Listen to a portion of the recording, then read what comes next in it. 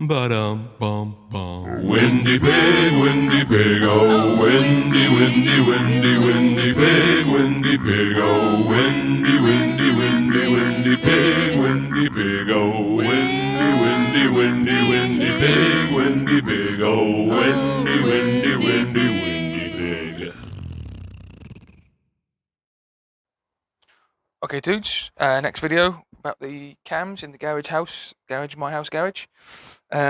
So next job, as I said before, was to start taking this apart so we can get to the buckets, get them out, and we can measure the shims, and we can figure out what size we want to buy to replace the old ones.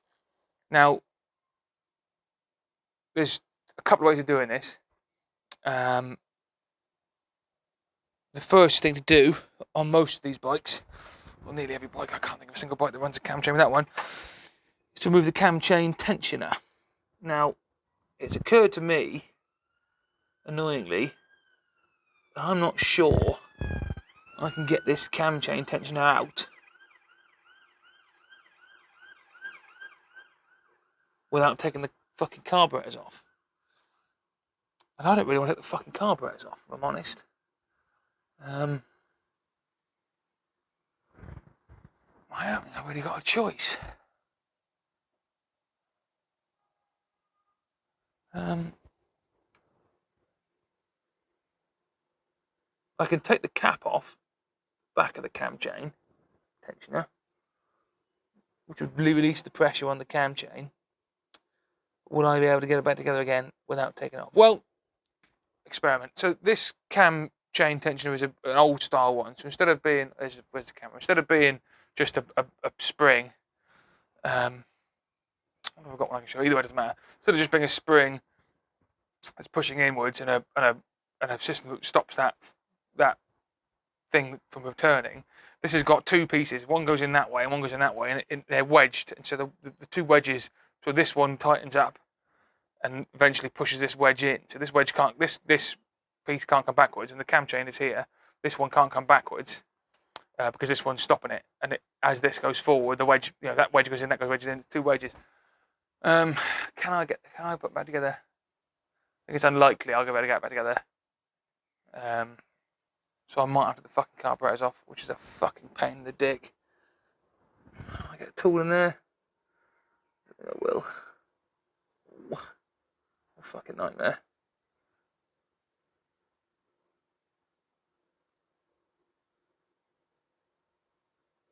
Oh, I don't want to get the fucking carburetors off. There's such a dick on this fucking bike.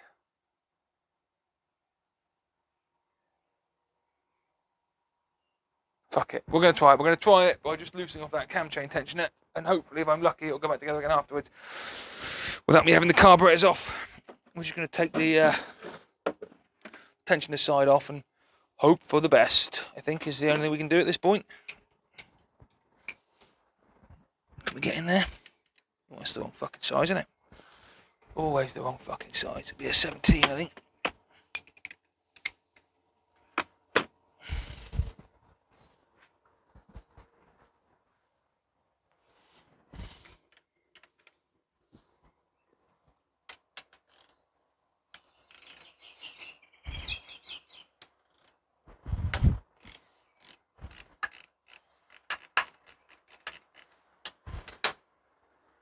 Be careful here because it's all under spring tension. I don't want anything to fucking fly out and me to lose anything.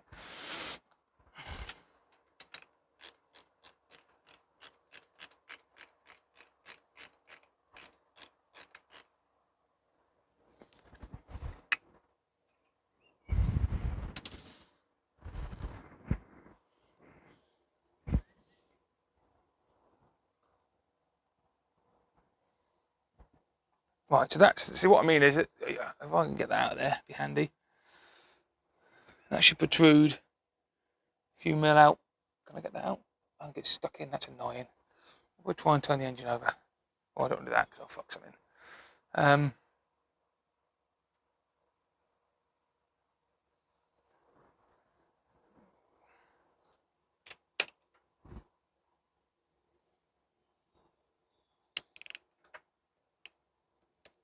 That's it. So I can. So I can leave that wedge in, and at the moment, so basically that wedge is now loose in here. So if I take these cams off, we'll get the chain won't be tension. So this is actually quite good. As long as that wedge in there, let me see if I can show you it. So there's a back. There's not much light. There's a back of that thing there. That's one of the two wedges. One that goes in that way with a bit of there's a spring this side, and that pushes another wedge that way, which tensions the chain. So as long as that wedge doesn't get fired out and I lose it, we are golden, I think. That's the empty can. But yeah, so I think we might get away with this, which is nice, because I didn't want to take the fucking carburetors off again, because it's a fucking pain in the dick. So next job is the one that I think people find the scariest, is taking these cam covers off, cam caps off. At this point, what many people do is, and this is a good idea, if I'm honest, is they'll take a cable tie, put it through this loop here, and round the chain, so that you can't get, so the timing chain doesn't move, basically. So that means that these two cams are at the right positions to each other, right? Basically means they don't, they can't skip a tooth, which basically means all you got to do is make sure before you put them together, you make sure at the right timing mark, and those can go on as they were. I'm not going to do that. I normally would, but I want to have a look at these cams, and I want to get them out and have a look at the wheels. I want to just check, because I haven't had them out before. I should have a look at the wear on them and just see if there's anything on them that is worrying, or just to have a look at how they are. So I'm going to have the cams completely out, camshafts completely out, but you can, if you're just doing this for yourself, you can cable tie the chain onto the cam wheels, which means you haven't got to worry about, when you put it back together again, counting lengths of chain. That's how it's done sometimes, or checking time marks. You can just put it back together. I'm pretty confident I can get it back together fine. Plus, I'm going to have to clean this gasket face, because it's one of these. It's got a fibre gasket, not a rubber gasket, and it's going to be easy to clean it if everything's out of the way. So, just, you can, if you want to, cable tie these, and you can get enough clearance once there's no slack on this. Once there's slack on the chain, you can get enough clearance to get to the buckets if you need to, but you don't have to. But I'm not going to. I'm going to just do it the old way, taking it all apart, but only because I want to look at the cams and everything else. Now I'm just going to double check. There might be an order that these caps have to be removed. There isn't always. But again, it can help if you use the release pressure in certain ways. Stops them being bent or being damaged in any way. So I'm just going to double check. Camshafts, removal, page 65. Is there an order?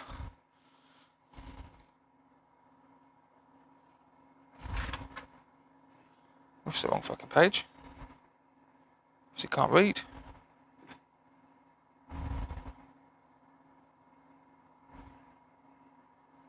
Removal 65.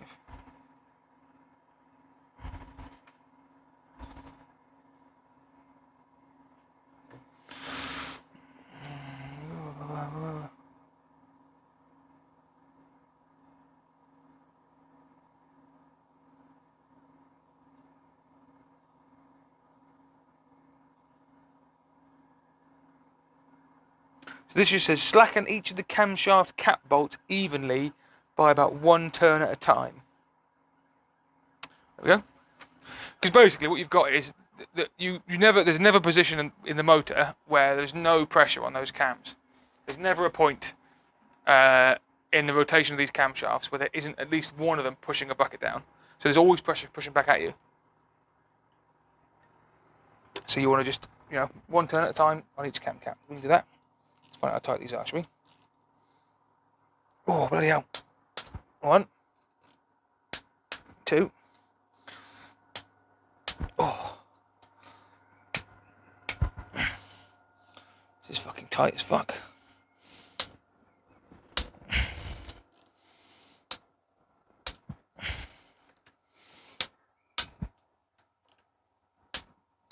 Oh.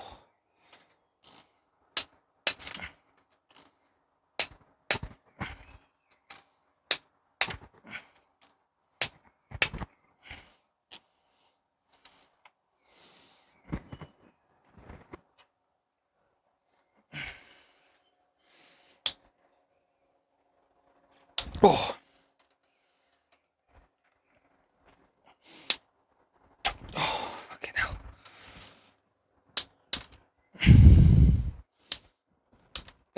Right, it's all eight. So all 8 of those have got about a half a turn on them just to crack the tension off them. I don't know if you are needed this advice. If you're going to use a long extension or any extension, hold it. You don't want this. Hold the extension. Right, there's one turn on that one. One turn on that one. One turn.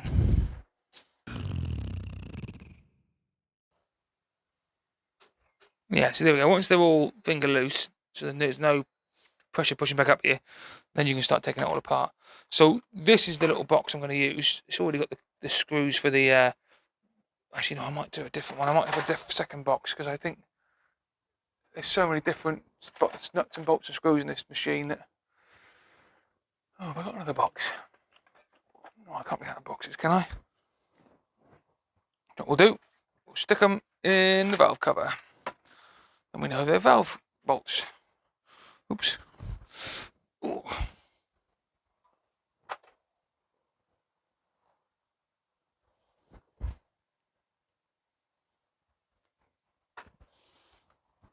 Just dropping stuff on the floor. It's good, isn't it? Right, so all the bolts for the cover are going to go inside the cover itself. So there we know them all for them. And I'll put the caps and the cam cap bolts in one as well.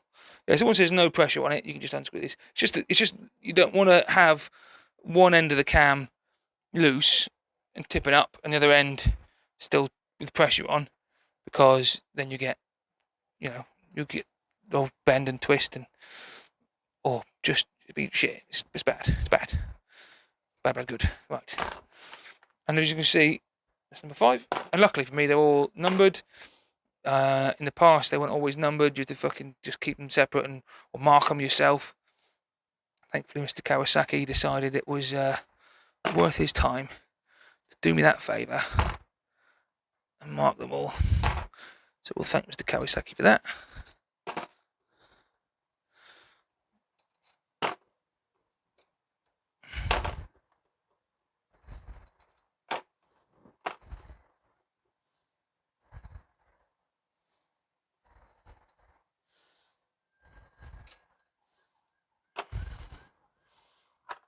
Now we should be able to lift this out. There we go. And there is your intake cam wheel, camshaft and cam lobes. So I believe these are obvious which one's which. But I'm just going to put just because I worry about things, I'm just going to put a cable tie on the intake one, just so I remember which is which. The intake's got a cables on it. Remember that? Bloody hell, I'm pissed. Next thing to do is, the last thing you want now is to lose that cam chain down there, and for it to come off its this thing at the bottom. You don't want to lose that. Well, there's the guide. Is that moving that? It is. Ooh, ooh, ooh, ooh. Nice. So we can. That's quite good. So we can do that. So next thing to do is get something. What I always use is my broken screwdriver. I just threw on the floor. I don't use for anything else. And I get a cable tie, because I'm a paranoid man. And I just put this through here, like this. And now, there is no way we're losing that chain down that shaft without being able to retrieve it. So we're just going to loosen off the rest of the crown caps on the exhaust side.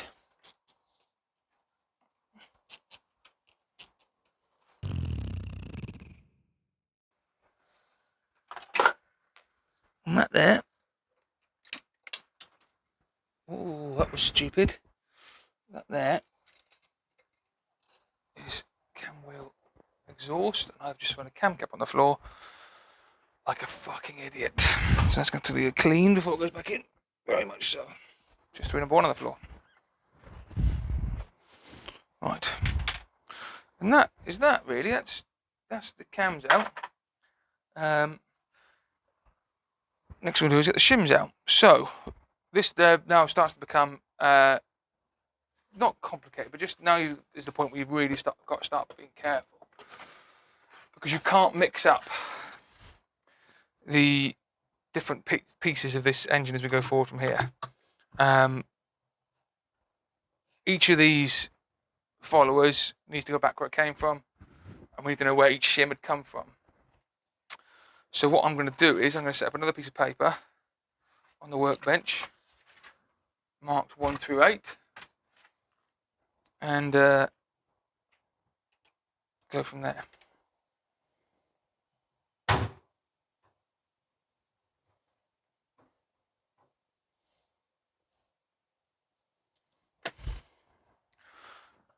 And this is the bit that will give people the fear.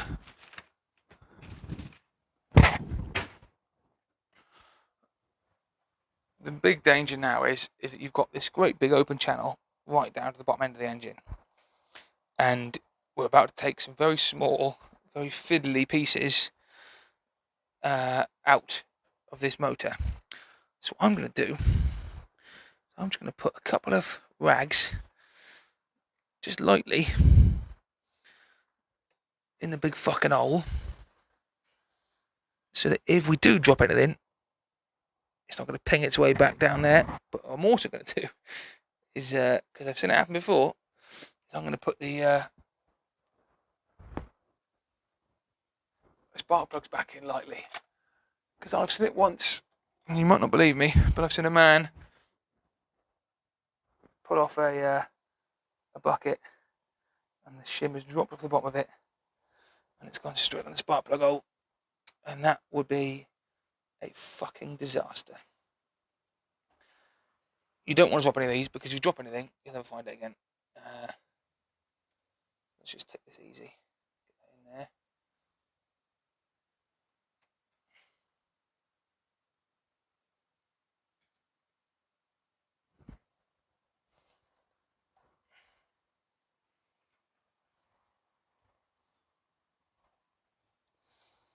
Right, so we can't lose the cam chain.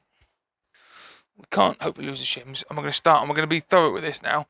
We're going to start with the intakes, all 4 intakes together and all 4 exhausts together. So what you need is your trusty magnet on a stick.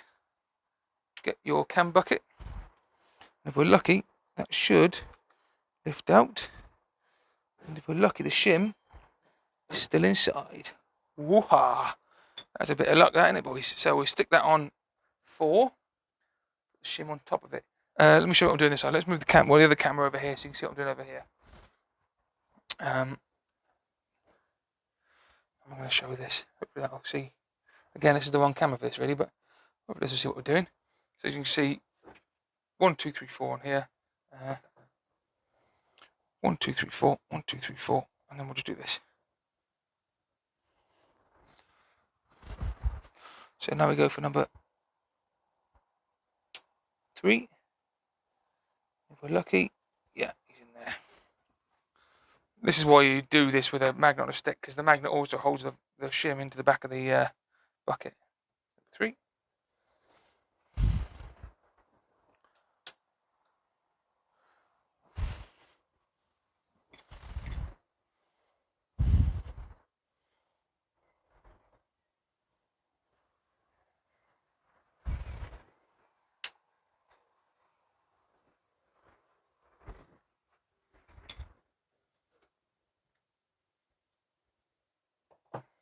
Where's the beer? There it is.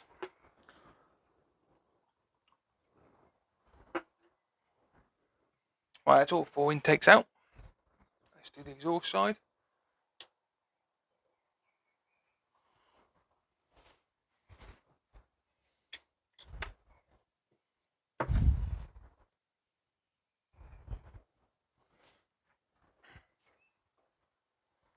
Oh, here we go.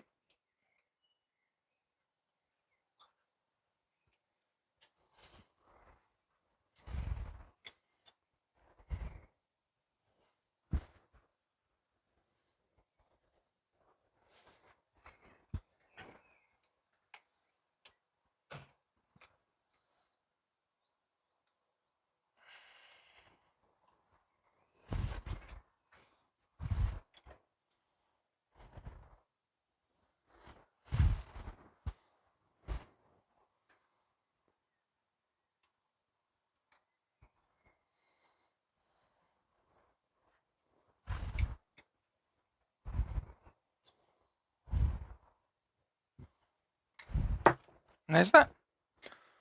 4 exhaust valves, 4 inlet valves, all organised so that you've got each one in the right place.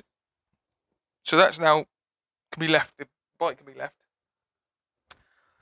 Next job is to start measuring these shims, and we'll have a look at the cams and stuff and see if there's any serious wear on those. I've had a quick look at the journals in here. There is no damage to these. These are, like I said, these are each one of these heads is machined to the caps and the cams shafts themselves all match up. They're machined as not necessarily as one piece, but they're machined together, so they all match up. There's no damage in here. There's not really scoring, which is nice. But then these have got massive oil feeds. Let me show you this, in case it's interesting to you. So what happens is you've got an oil feed here, and that when the engine's running, there's oil pressure. That pushes oil into this, where this is obviously where the camshaft sits. So there's always an oil sort of film, very thin film of oil between the journal here. I don't know if you call it a journal or what you'd call it, but the sort of the de facto bearing, because there's no shell bearings like you get at the bottom end. And there's always a thin film of oil between this and the cam shaft itself. And so we'll take our intake, and you can see there's no discoloration, no scratching. It's quite nice. There is some. I don't know how well I can show this on camera. Do you know what? I'm going to go and move the other camera back to the bench, and we might start again on the bench. So let's pause this here. I'll get the camera back on the bench so you can look down on what I'm looking at properly. Ba-dum, bum, bum. Windy pig, oh, windy, windy, windy.